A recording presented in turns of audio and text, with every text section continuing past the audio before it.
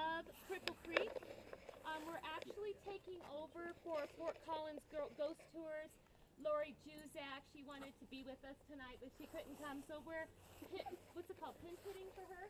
That's exactly what it's called. Yeah, Welcome to Baseball Metaphor Land.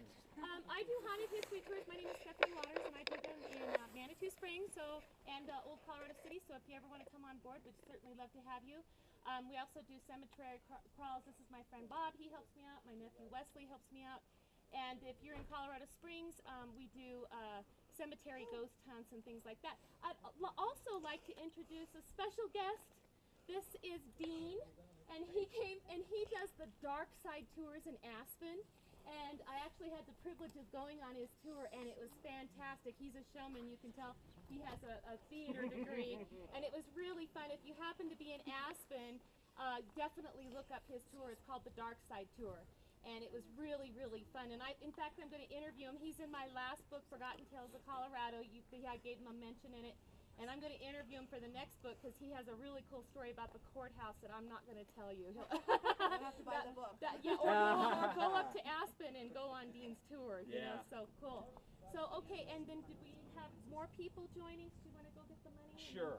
And then, okay, so anyway, that's Dean. And, all right, so, we're going to be walking all the way down the hill, and it is a tough climb up the hill. I just want to warn everyone. I did it once this afternoon, and I was like, wow, we picked a weird area to do this tour. So just to give you a little heads up about that. Someone said you could call the shuttle, though, and they'll come and get you. It's worth it. And you might want to at the bottom of the hill anyway. Maybe you could take a shuttle over to one of the venues up this end of the town, because we have, at 9 o'clock, we have Immortal Solstice putting on a dance performance across from the fire station. It's only 10 minutes, but that's also the direction where the gentleman's in, too. So anyway, just a couple of things about me real quick. I actually have been seeing ghosts since I was a little kid. And I joke around that my parents said that it was because I was actually dropped on the head when I was a baby. But my grandmother was really, really cool, and she told me no, she had seen ghosts when she was little too, so she reassured me that I just wasn't some kind of a freak.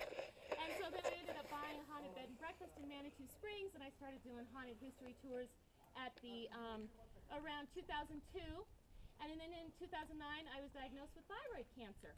And it was weird because I'd always wanted to write a book about haunted history. And at the same time, I got a letter from the History Press asking me if I'd like to write a book. And I said to them, I'm not a writer, I'm a storyteller. And they said, it's the same thing. And they said, if you can tell a story, you can write a book. And lo and behold, I actually wrote Haunted Manitou Springs, and then I wrote Ghosts of Colorado Springs and Pikes Peak, and I just finished Forgotten Tales of Colorado, and they're all available on Amazon through the History Press and at Barnes & Noble's. So anyways, and then I'm writing Legends and Lore of Colorado for next year, and hopefully we're going to make this convention an annual event. And this is our second year, and we really appreciate everybody coming this year. It really means a lot to us. We actually do give a part of our proceeds back to the Cripple Creek Museums. So we're going to try and do this thing every year, last weekend in September, so just kind of watch out for us. And or if you want to email me, I can let you know more information when it gets closer next year. So we appreciate you guys coming tonight, okay? So like I said, for those of you who came a little later, I'm pinch hitting for Lori Juzak in Fort Collins. If you ever happen to be up in Fort Collins, be sure to go on her haunted history too, because it's a real treat. You get to go in these tunnels that go underneath the town, and it's really, really fun. Okay, so many people ask me, why in the heck... I'm sorry, we have to interrupt you. I got 2 more people that want to register. So. Okay, so go ahead and register them. Key. Oh, you know what? Maybe you should hang out here. What do you think? Okay. Okay, thanks. Yeah, do you want to? Or? It doesn't matter. Okay, so cool. All right, so many people may ask me, why in the heck do I think that Cripple Creek is so darn haunted? Well, I actually do have a couple of theories. Did you know that we're on actually an old volcano? Yes, Yeah. yes. And did you know that there was more gold taken out of actually they say Teller County, because it was actually Victor where most of the gold came from. But in this one area right here, more gold, and it is still being mined to this very day, the Crescent Mines right there. But more gold has been taken out of the ground where you're standing right now than in any other place on the planet. So Cripple Creek, we believe, still has a lot of metal underneath it. And what is metal a lot of times? Magnetic. A lot of times people believe that magnetic energy is closely associated with paranormal activity. That is one theory. How many people have heard of Linda Goodman? A lot of you might be too young to remember who she was. She was actually probably the most famous astrologer ever. And she wrote many books, the most famous being one called Sun Signs. And she actually lived here in Cripple Creek for quite a while. And she believed that this was a paranormal hotspot. She actually said in her books she thought it was one of the most haunted places on the planet. And if you're in town and you want to drive around and see where her house is, it's for sale now. And it's right down here on 4th Street, and it's called the Last Dollar Inn. So when you're driving around, you know, there's not too many streets here in Cripple Creek. I'm sure you can find it when you're driving around. So anyway, so there's a couple of theories why it's so haunted. Now, another thing I want you to try and remember is how many people lived here 100 years ago. Believe it or not, there were 40,000 people that lived here, and now there's only about 4,000, I think they said. Or less than that, right? Yeah, it was like 30, so can you imagine? So everywhere you look on these hills, there were little shacks and shanties. Up on these hilltops over here by the Molly Cafe line, they say in the wintertime it gets 60 below zero with the wind chill factor. Now can you imagine all of those little shacks up there? How many people died of starvation, of the cold? They also said that at this time in history there was 100 men in this town to every one woman. So it was really a different kind of time that we can't even imagine in today's comfort and all of the nice things that we have. It's hard to imagine what their struggle was just on a day-to-day basis.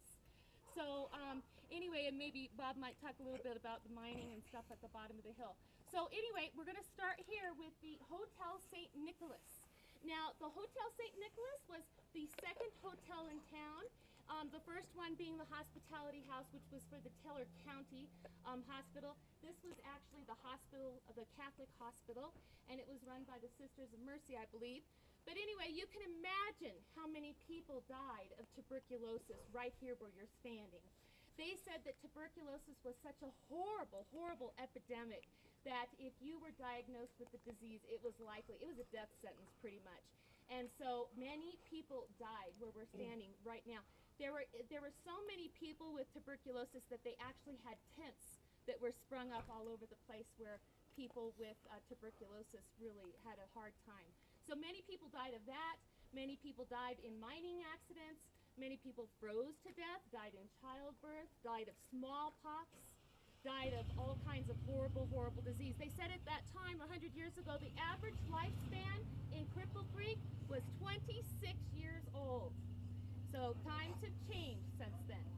So anyway, the St. Nicholas Hotel is known to be haunted by several ghosts.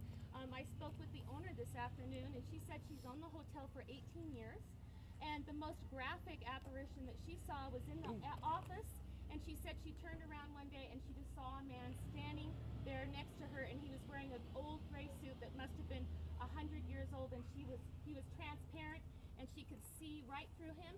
He was such a vivid apparition that it scared her so badly that she ran out of the room, and she said that was the only time she's ever saw him, but that he was an active spirit. So anyway, you can still feel him. One of the reasons why we think that the Hotel St. Nicholas is so haunted is it still has its original copper piping. We do know that copper pipe is a conductor, if you will, of paranormal activity. And another reason is what I've always noticed when I've done my ghost hunts is that this whole hotel is made out of brick. And we believe that stone and brick actually holds in paranormal energy. And it seems to have, if you notice that, a lot of places that are haunted are made out of stone or brick. And so that's one of the other theories. Okay, so we're going to start heading up this way and walk on the sidewalks. These sidewalks look pretty good. There's said to be a ghost of a nun that still lives here on the 3rd floor. And he's very active and he knocks on people's doors. Oh, here's a car going out. So watch out the song. Yeah, I know. Then it's something they burned right about 1890. Now, just 2 weeks ago, my nephew and I came up here because he just turned 21 years old. You may have seen him standing there with me. And And we came up here because we were planning the convention, and I said, hey, let's go walk around this hotel. Nobody's in here. It's going to be lots of fun. So we walked up to the second floor, and all of the doors were open because there was nobody staying here. But for some reason, room number 11 grabbed my attention. And so we walked inside, and I said out loud to the ghosts, if you're here, give us a sign. This was at 2:15 in the afternoon on a Thursday. Anyway, nothing happened. We didn't expect really that that we'd get a special show. We got in the car. I get home to my house at 2:20, I had a message on my home number. It was from Candace here at the hotel. Now, Candace didn't believe in ghosts because I had just asked her, that afternoon if she believed in ghosts, and she said no. Anyway, I get home, 2:15, 2:20, I had a message on my phone that said, this is Candace at the Hotel St. Nicholas. She sounded kind of angry. And I said, what did I do? I'm sorry, I didn't mean to. And she goes, yeah, what did you do? Right after you left, the fire alarm went off. I ran up to the second floor of the hotel, and there was nobody there, but in room 11, all the lights were on and all the windows were open. What did you do? And I said, I didn't do anything, I swear. And she goes, well, I know it couldn't have been you, because you know what happened after that? And I said, what? She goes, I turned off the lights, closed the windows, turned off the alarm. I didn't even get all the way down the stairs again, and it happened again. So I want to know what you do. What you did up there. And I said, well, I'm kind of a ghost hunter. I'm kind of an empath, and I pick up on energies, and I kind of felt something in that room. So all I did was go in and ask it for a sign. And she goes, would you do me a favor and not do that anymore? So we do know that at least room 11 is very active. So anyway, we're going to start. Are there any questions? Okay, we're going to walk down this way. Thank you.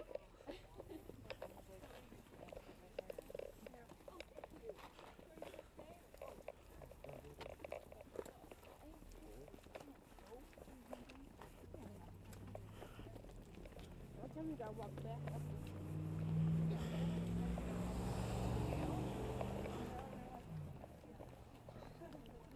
yes, I wanted to go there.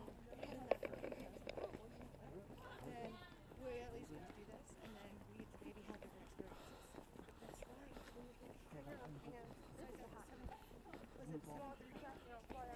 right. No, according to Michelle, it's actually all the time except for right smack dab in the middle of the night. She said it was there. Okay. Incidentally, I think it's just right over here at Linda Goodman's house. I want to mention this too. Oops. Oh, thank you so much. Oops, here's a car. So, thank you so much. Yeah. I think Linda Goodman's house is on 4th Street, but like I said, Cripple Creek isn't very big. Does anybody happen to know? It's next street down. It's the next street down. Okay, thank you. You go down this street and down about a block, right? And it's on your right. Thank you so much. Because we did the investigations there for my ghost stories. Okay, good. Do you want to tell your story? Because I was just going to tell that story. Go ahead. Go ahead. Well, help me if I mess up on the details. This is a friend of Brett Lills and Mike Coletta's, and they were actually staying at the Lost Dollar Inn. Was it 3 years ago? 2011. Oh, 2011. And they were staying there for a ghost hunt, right? Yes.